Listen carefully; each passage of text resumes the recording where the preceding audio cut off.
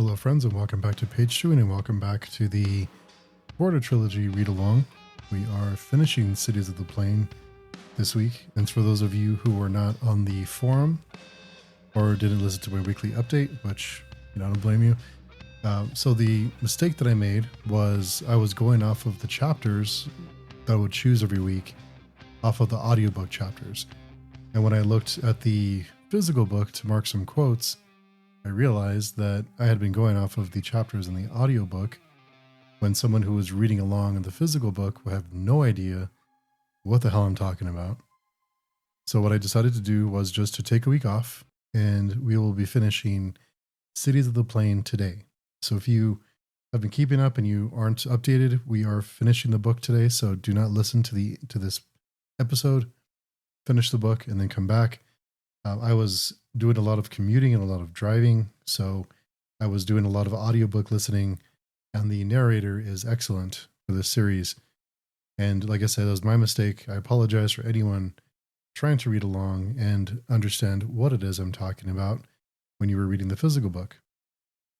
So we'll go ahead and get into Cities of the Plain from where we left off last time.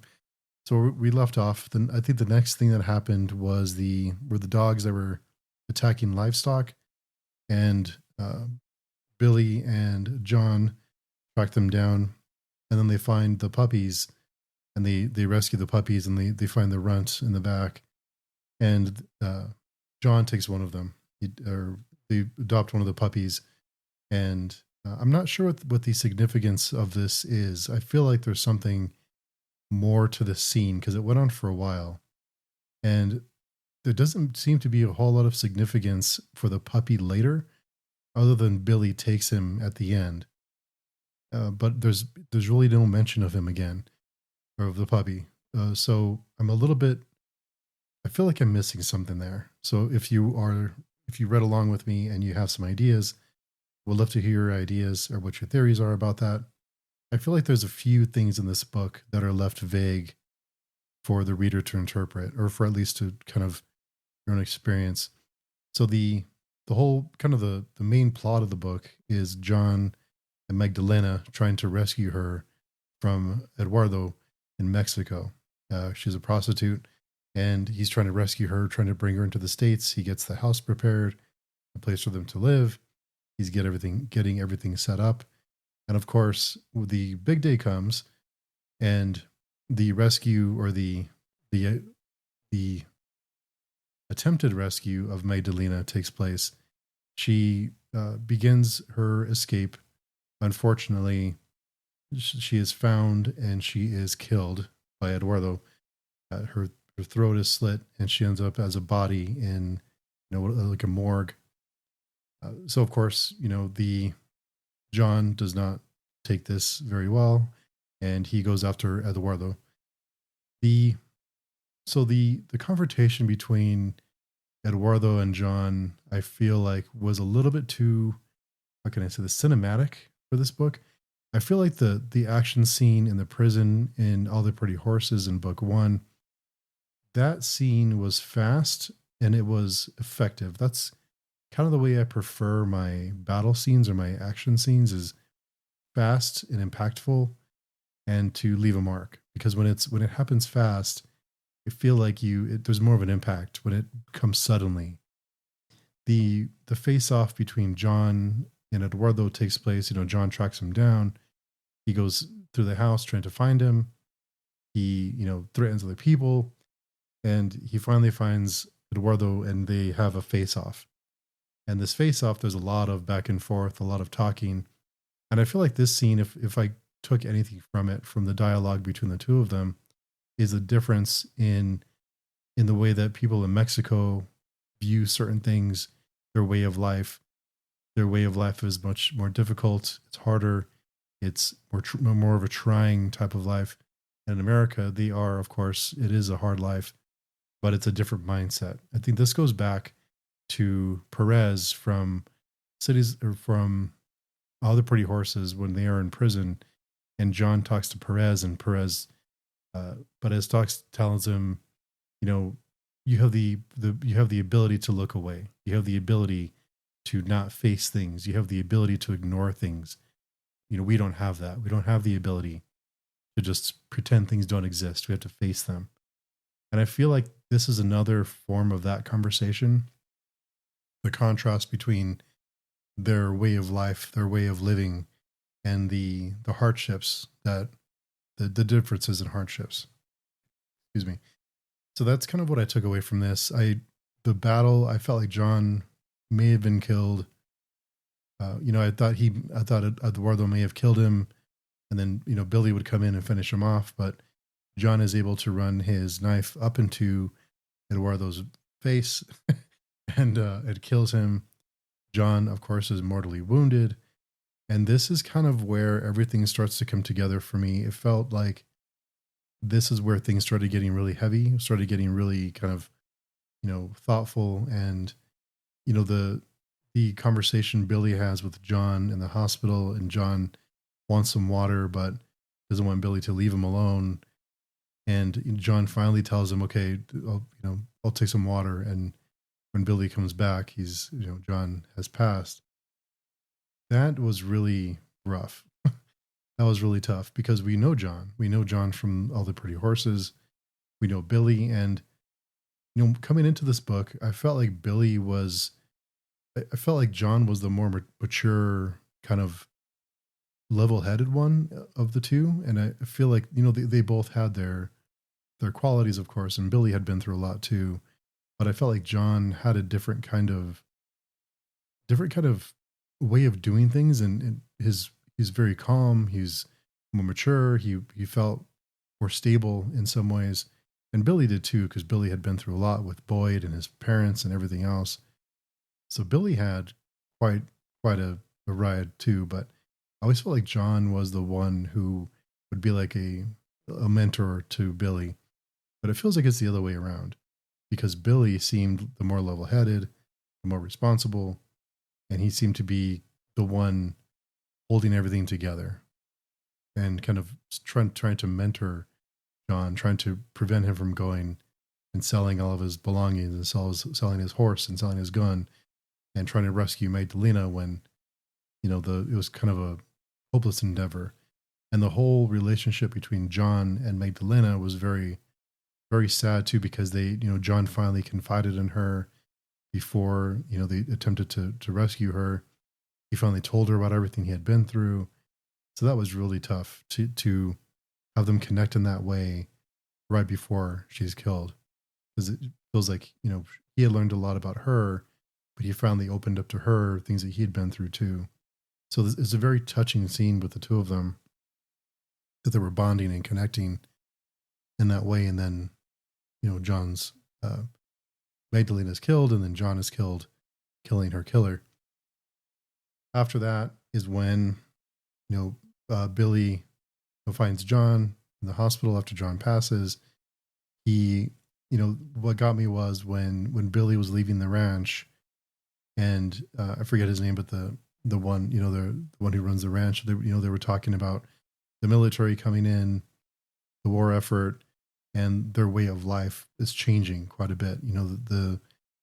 This kind of modern life is evolving, and then a new era is being ushered in that I think maybe we had already been ushered in, but Billy and John and the people on the ranch, they were still living this life, and people still live that life now, but at this time it went from kind of a way of life, and every kind of most people live this life, and now it was changing drastically. Life was changing drastically, and I think that's one of the major themes in this book and the series is the passage of time.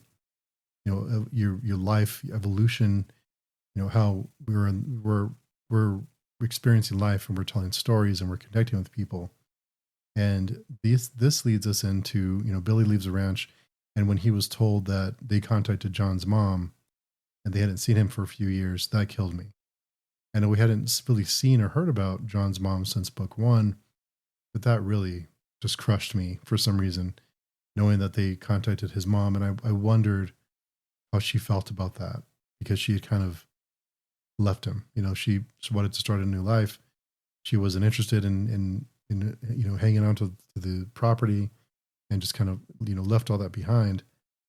So that kind of, I wondered how she felt, or what impact that had on her, or what she was doing with her life now.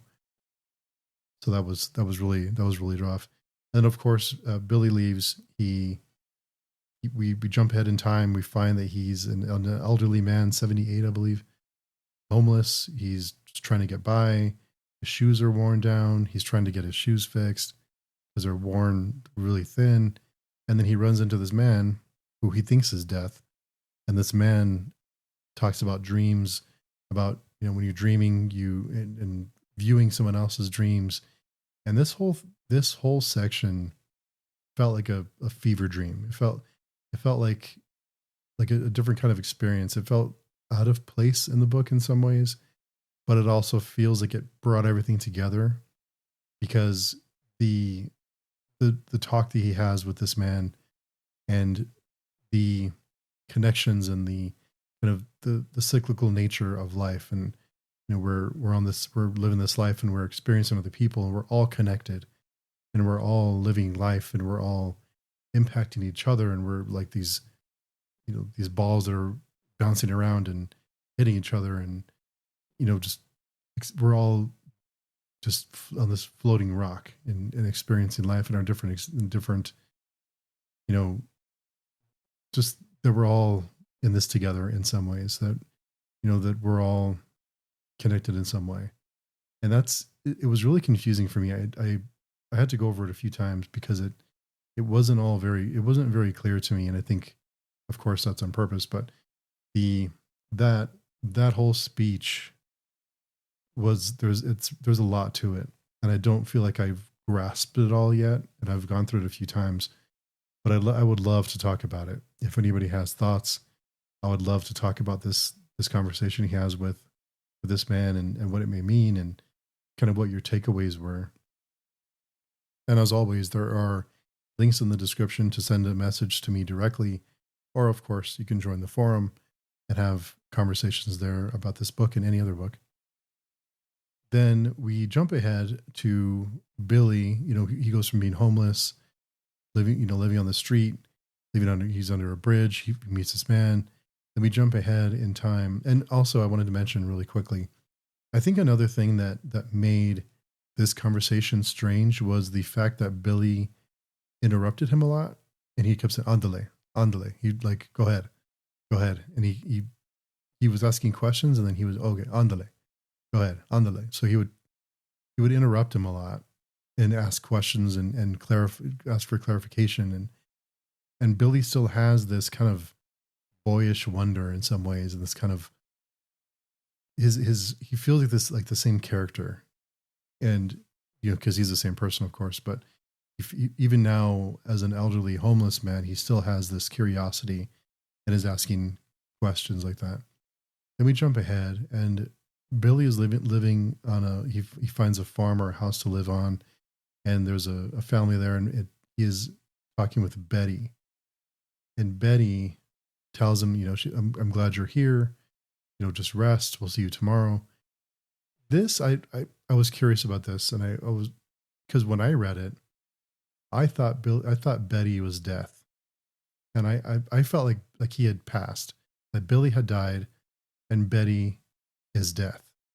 What kind of being, or is, I don't know, but it felt like he had reached the end, that someone was there to comfort him, to give him a safe place to live, and to kind of, don't worry, we'll see you tomorrow, kind of thing. I really feel like, and maybe I'm reading it completely wrong, but for me, when I read it, I felt like that's death, and Billy had died, and Billy had passed on, and that he's living the afterlife. I looked and did some reading on this, and I was trying to find some theories and some other thoughts on this. And it seems like a lot of the responses I saw was that this is just someone who took him in, who was giving him a place to stay, who was comforting to him, and that Betty represents something, that Betty has some kind of significance. And I was trying to figure out if this is a character from before, or who this character is. I couldn't really place it, but Betty, to me, that's kind of the way I took it. And I've gone back and forth and I've read other thoughts on it. But for me, I think that's what I took away from it. So I would love to hear your thoughts on that too. I would love to hear what you think about Betty, what you think about the end of the book, what you think about the trilogy, and of course the dedication. Uh, I mean, kills me, which is, I will be your child to hold, and you be me when I am old. The world grows cold, a, a heathen rage, a story's told. Turn the page. Wow.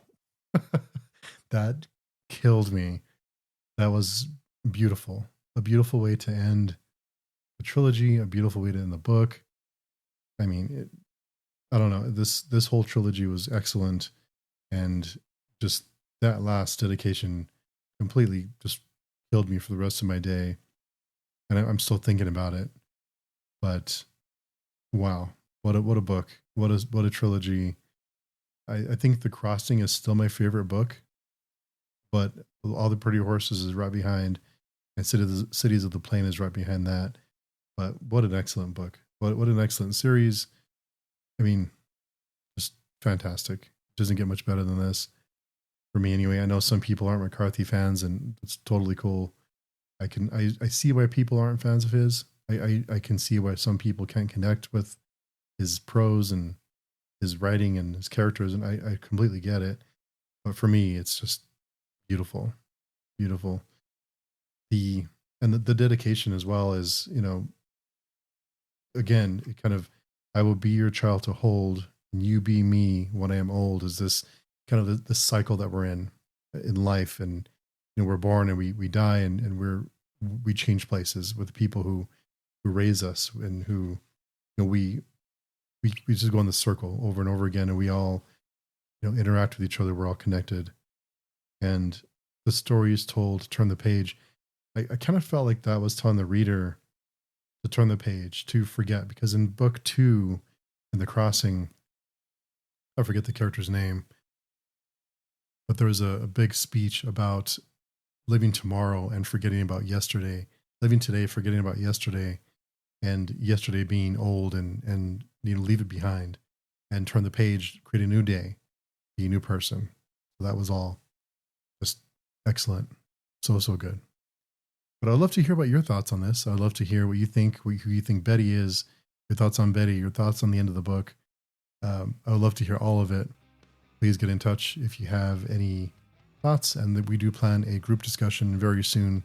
I hope very soon, for this book and the trilogy. So more to come, but I'd love to hear your thoughts. Like I said, let me know what you thought about the book, what you thought about the trilogy. And until next time, we will talk to everyone very soon. Thank you for reading with me.